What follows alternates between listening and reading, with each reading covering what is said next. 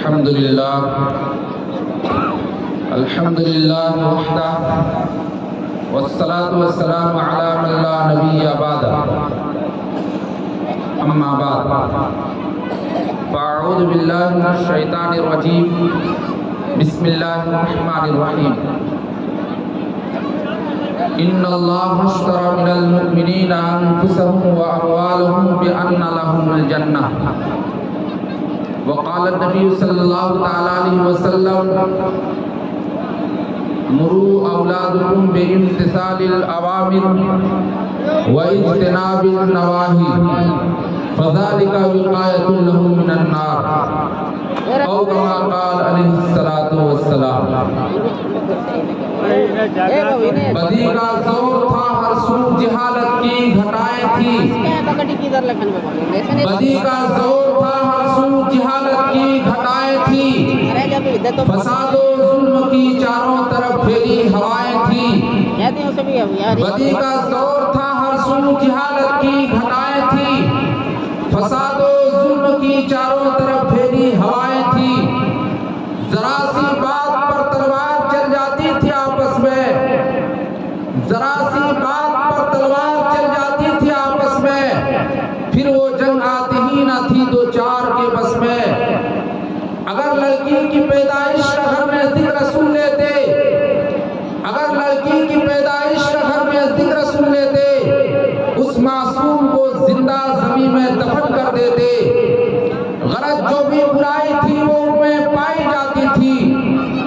غرض جو بھی برائی تھی وہ ان میں پائی جاتی تھی. نہ تھی آنکھوں میں شرم و حیا, گھر گھر بے حیائی تھی. مگر اللہ نے جب ان پر اپنا رحم فرمایا, مگر اللہ نے جب ان پر اپنا رحم فرمایا, عبداللہ کے گھر میں خدا کا لاڈ نہ آیا. واجب الاحترام حاضرین مجلس, آج کا یہ عظیم شان پروگرام سرزمین پھولکری ضلع دیوبند صوبہ جھارکھنڈ میں جناب حافظ احمد صاحب کے یہاں مورخہ 15 فروری 2023 عیسوی مطابق 23 رجب المرجب 1444 ہجری بروز بدھ بڑے آب و تاب کے ساتھ, تزک و احتشام کے ساتھ عقیقہ مسنونہ کے نسبت پر منعقد ہو رہا ہے.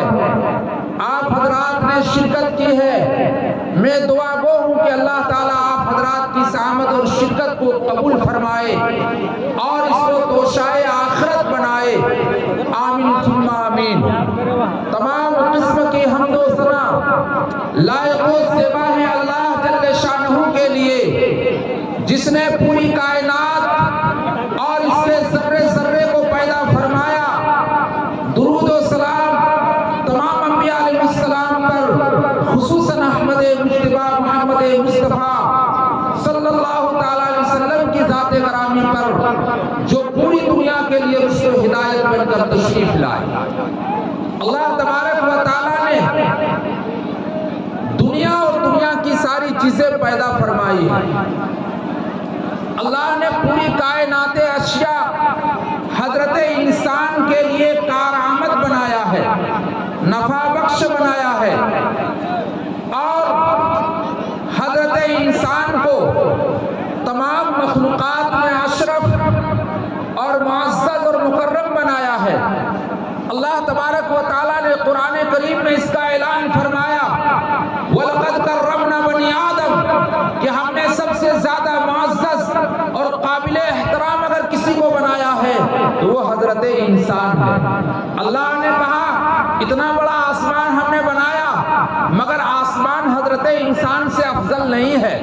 اتنی بڑی دھرتی ہم نے بنائی, مگر یہ دھرتی حضرت انسان سے افضل نہیں ہے. آسمان ہو یا زمین, سورج ہو یا چاند, ستارے ہو یا کہکشاں, پیڑ پودے ہو یا ندی نہر, یا دنیا کی کوئی بھی مخلوقات ہو, چرند پرند ہو, گائے بیل بھینس ہو, یا بڑی سے بڑی چیزیں جو تم کو تمہاری نظروں میں لگتی ہے, فرمایا حضرت انسان سے بڑا بڑا بھی نہیں ہے، حضرت انسان سے خوبصورت بھی نہیں ہے، حضرت انسان سے مقرب بھی نہیں ہے۔ اسی لیے اللہ تعالیٰ نے حضرت انسان کے بارے میں فرمایا وَلَقَدْ خَلَقْنَا الْإِنسَانَ فِي أَحْسَنِ تَقْوِيمٍ۔ اللہ نے اس حضرت انسان کے قوام کے بارے میں فرمایا، ان کی خوبصورتی کے بارے میں فرمایا کہ ہم نے جو ہے انجیر کو پیدا کیا، ہم نے زیتون کو پیدا کیا، ہم نے طور سینا کو پیدا کیا، شہر مکہ کو پیدا کیا۔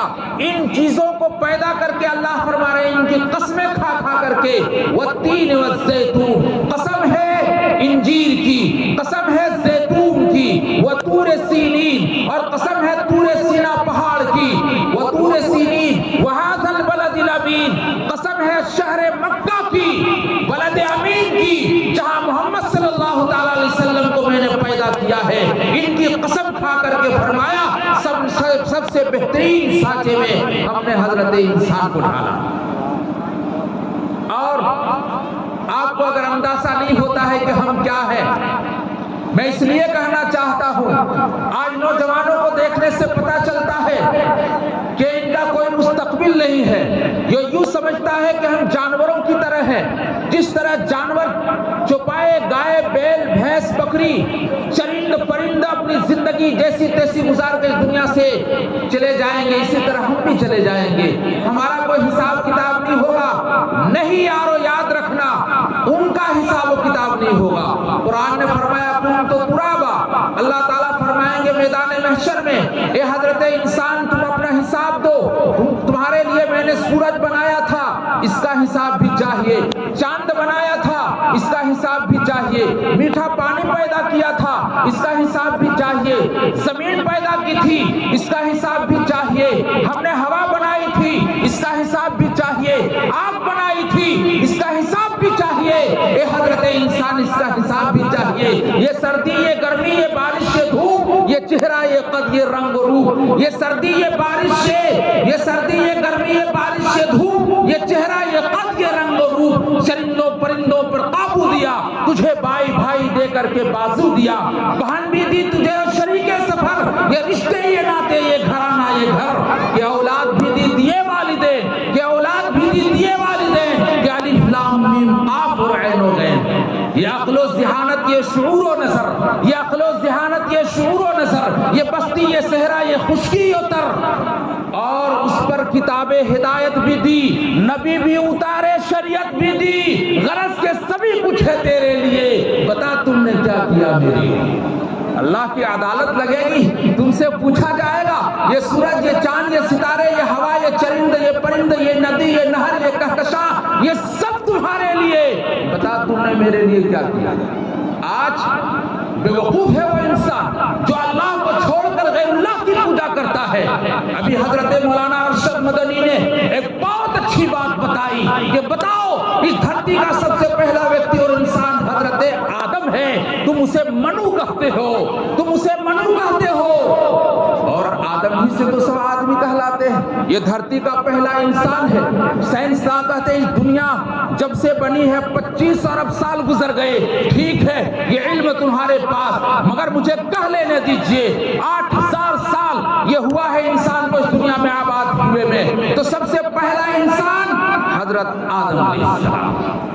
آدم علیہ السلام نے کس کی پوجا کی؟